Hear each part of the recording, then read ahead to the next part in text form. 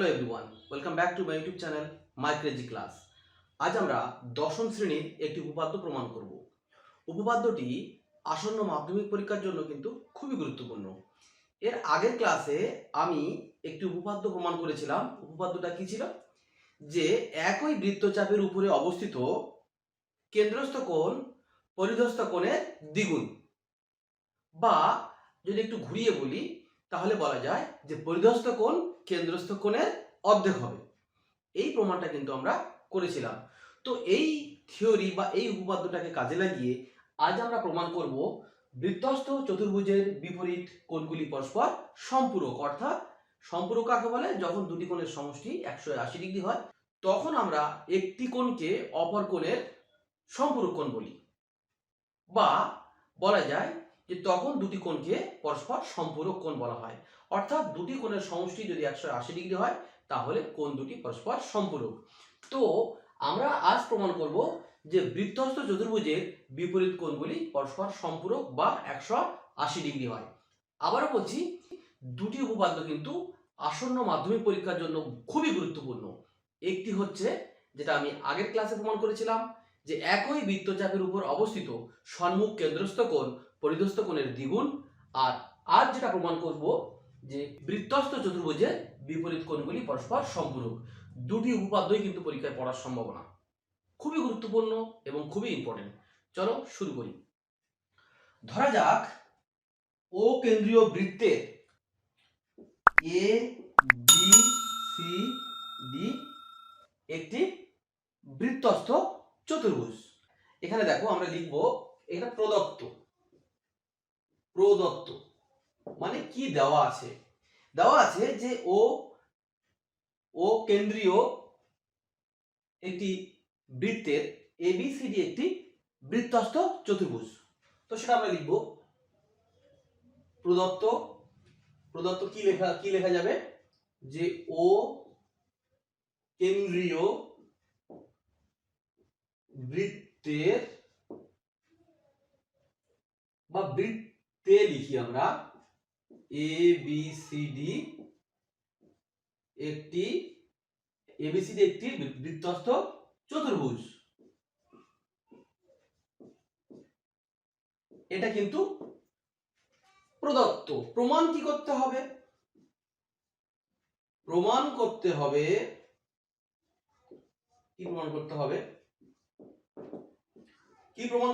প্রমাণ করতে হবে যে এই যে বৃত্তস্থ চতুর্ভুজ এবিসিডি এর এই যে বিপরীত কোণ, এই বিপরীত কোণগুলি পরস্পর সম্পূরক বা 180 ডিগ্রি হতে হবে। অর্থাৎ এ বি সি এই কোণ এবং এডিসি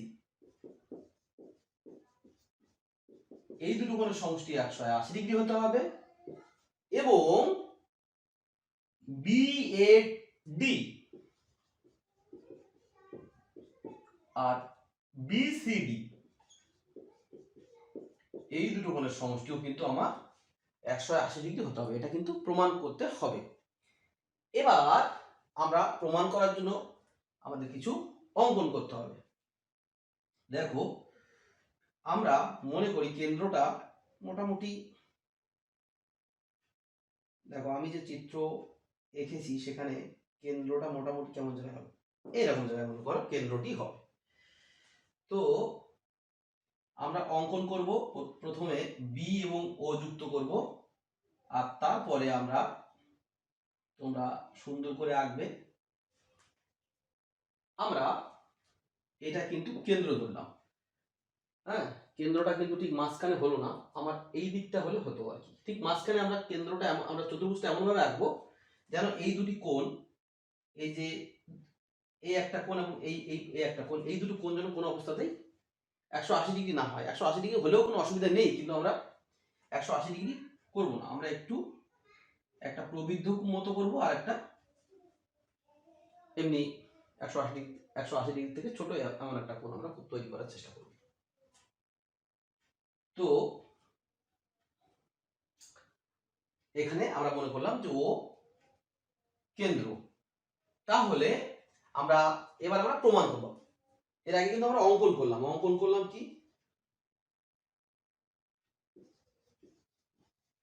অঙ্কন করলাম কি বি ও বি এবং ডিও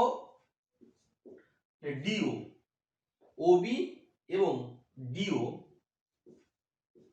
যুক্ত করিলাম বা করলাম। ওবি যুক্ত করলাম এবং ডিও যুক্ত করলাম, এই যে এটা যুক্ত করলাম, এটা মনে করো এই ও। এবার প্রমাণ।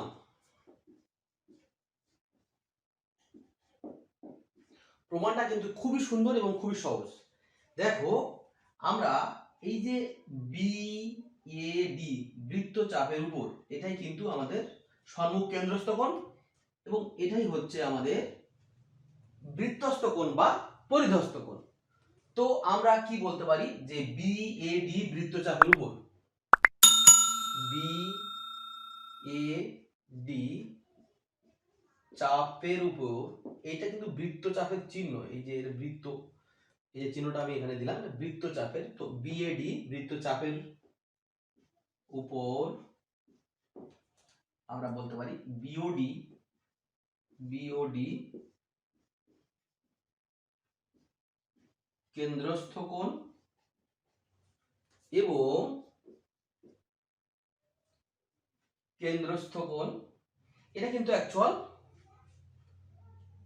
বিওডি কেন্দ্রস্থ কোণ এবং বিসিডি অ্যাঙ্গেল বিসিডি এটা কিন্তু বৃত্তস্থ কোণ বা পরিধস্থ কোণ। বৃত্তস্থ কোণ বা পরিধস্থ কোণ, আমরা বৃত্তস্থ কোণ মনে করলাম বা লিখলাম, পরিধস্থ কোণ আমরা কিন্তু লিখতে পারি। তাহলে বিসিডি আমরা আগে যে থিওরিটা প্রমাণ করেছিলাম আগের ক্লাসে, সেই অনুযায়ী আমরা বলতে পারি পরিধস্থ কোণ বা বৃত্তস্থ কোণ এটা কি হবে, সম্মুখ কেন্দ্রস্থ কোণ, এই যে চাপের উপরে বিএডি বৃত্তচাপের উপরে যে সম্মুখ কেন্দ্রস্থ কোণ কিন্তু বিওডি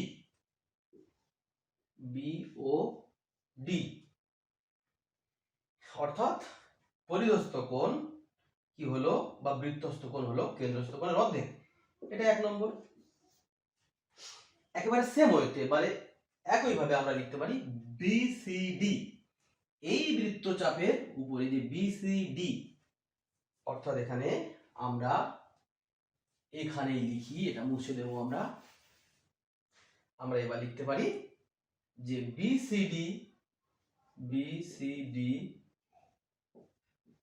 বৃত্ত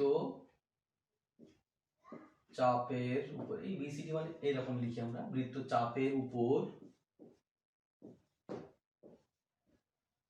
অবস্থিত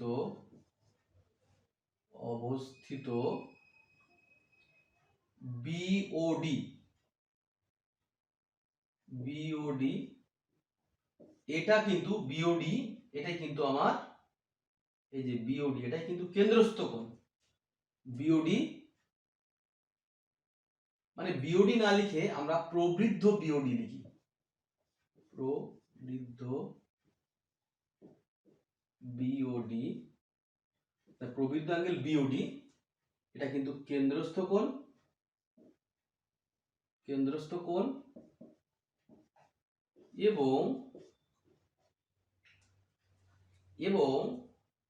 এই যে বিএডি এটা হলো কিন্তু বৃত্তস্থ কোণ। তোমরা সুন্দর করে লিখবে বৃত্তস্থ কোণ। তো এখান থেকে আমরা কিন্তু বলতে পারি একেবারে সেম ওয়েতে আমরা বলতে পারি যে এই বিএডি এই বৃত্তস্থ কোণটা কি হবে, কেন্দ্রস্থ কোণের অর্ধেক হবে। অর্থাৎ এই অ্যাঙ্গেলটি হবে, এই অ্যাঙ্গেল এই যে প্রবৃদ্ধ বিওডি না লিখে আমরা প্রবৃদ্ধ বিওডি লিখব, বিওডি এটা লিখলাম, এটা কিন্তু আমাদের 2 নম্বর। তো 1 নম্বর এবং 2 নম্বর যদি আমরা এখান থেকে আমরা যোগ করি তাহলে কি পাবো, দেখো যে বিসিডি প্লাস বিএডি এই দুটো যোগ করলে কি হবে, হাফ অফ বিওডি অ্যাঙ্গেল আর হাফ অফ প্রবৃদ্ধ বিওডি। তো এখানে আমরা যদি যোগ করি তাহলে কি পাবো, half of BOD plus half of প্রবৃদ্ধ বিওডি। এখান থেকে হাফ আমরা যদি কমন নেওয়া হয় তাহলে দেখো বিওডি পাবো আমরা, অর্থাৎ এটা আমাদের ছিল বিওডি আর এইটাই ছিল প্রবৃদ্ধ বিওডি। দেখো এই বিওডি এবং প্রবৃদ্ধ বিওডি মিলে কিন্তু আমার কত হবে, এই পুরো অ্যাঙ্গেলটা হয়ে যাচ্ছে 360 ডিগ্রি। তো আমরা এখানে লিখলাম 360 ডিগ্রি। তো আমরা এখান থেকে 2 দিয়ে যদি আমরা ভাগ করি তাহলে আমরা 180 ডিগ্রি পাবো। অর্থাৎ বিসিডি এই অ্যাঙ্গেল এবং বিএডি এই অ্যাঙ্গেল, এই দুটো অ্যাঙ্গেলের সমষ্টি কিন্তু আমরা 180 ডিগ্রি পেলাম। তো আমরা বলতে পারি যে এই যে অ্যাঙ্গেল বিএডি এবং বিসিডি, এই দুটি অ্যাঙ্গেল কিন্তু পরস্পর সম্পূরক আমরা প্রমাণ করতে পারলাম। অর্থাৎ এটা কিন্তু আমাদের প্রমাণ হয়ে গেল, এই যে এটা প্রমাণ হয়ে গেল। আমরা একইভাবে ও এ এবং ও সি এরকম লিখতে হবে। একইভাবে ও সি এবং ও এ, দেখো আমরা যখন ওডি এবং ওবি যুক্ত করেছি তখন আমরা কিন্তু এই অ্যাঙ্গেল আর এই অ্যাঙ্গেলের সমষ্টি 180 ডিগ্রি পেলাম।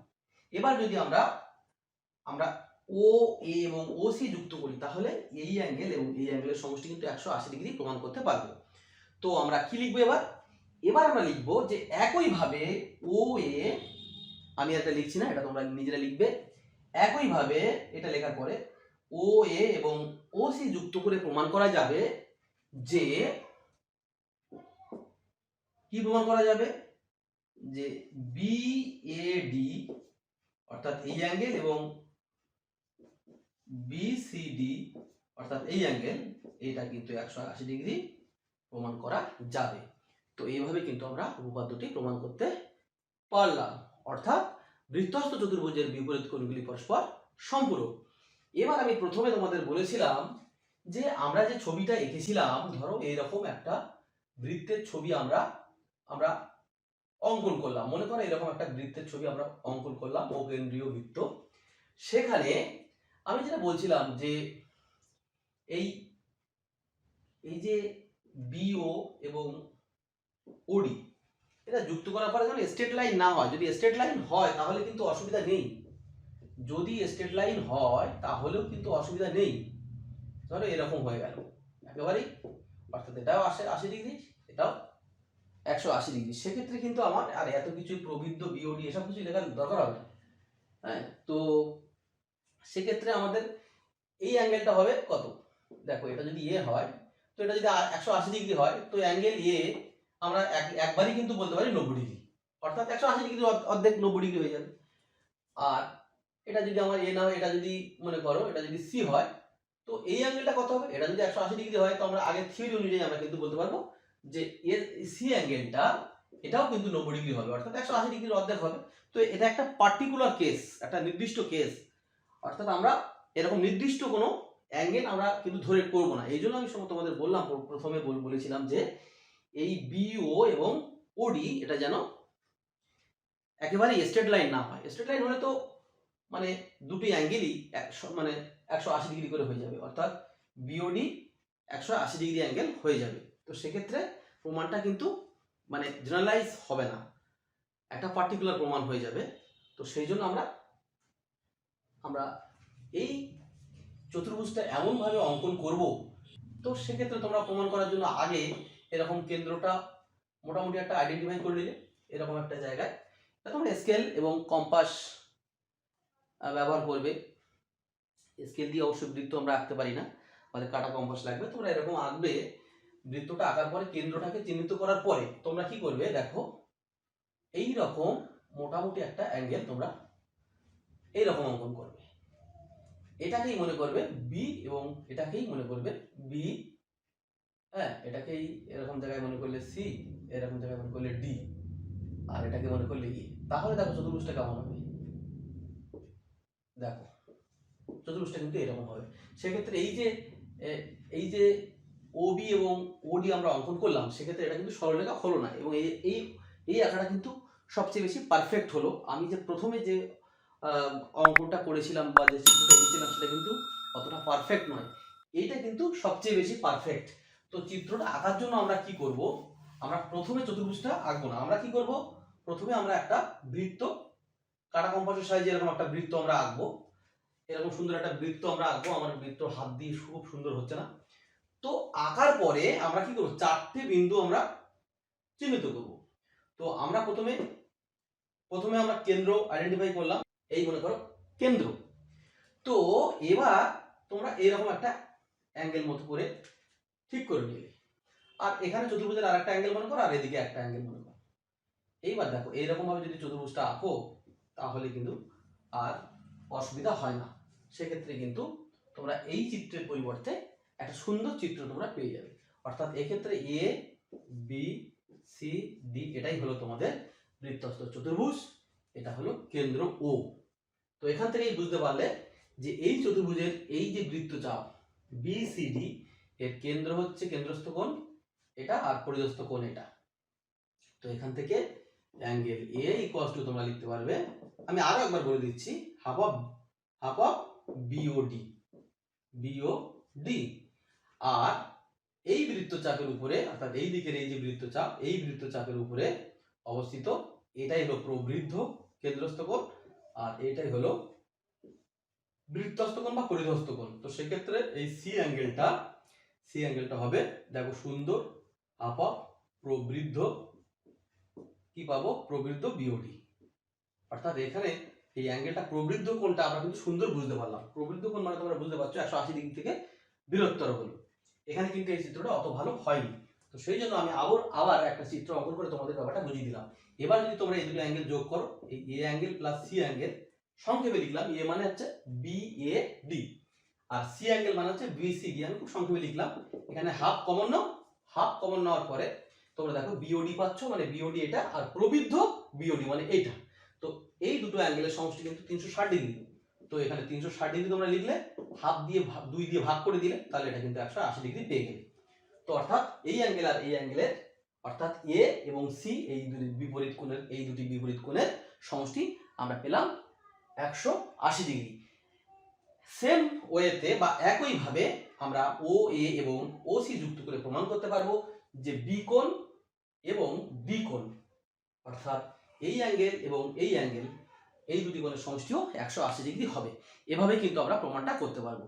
তো যাই হোক, আমি আবার নতুন করে তোমাদের, মাঝখানে ক্লাস কিছুদিন অফ ছিল, আমাদের 16 তারিখ থেকে স্কুল শুরু হচ্ছে, আমরা পড়াশোনার মধ্যে আবার চলে আসব, এবং মাধ্যমিক পরীক্ষা এবং উচ্চ মাধ্যমিক পরীক্ষা আসন্ন। তো আমি সব ক্লাসের চেষ্টা করব, তবে মাধ্যমিক এবং উচ্চ মাধ্যমিক এই দুটো ক্লাসের দিকে আমার বেশি করে নজর থাকবে। তোমরা বাড়িতে পড়াশোনা করো, ভালো থাকো, সুস্থ থাকো, বেশি বেশি করে অঙ্ক করো। ধন্যবাদ।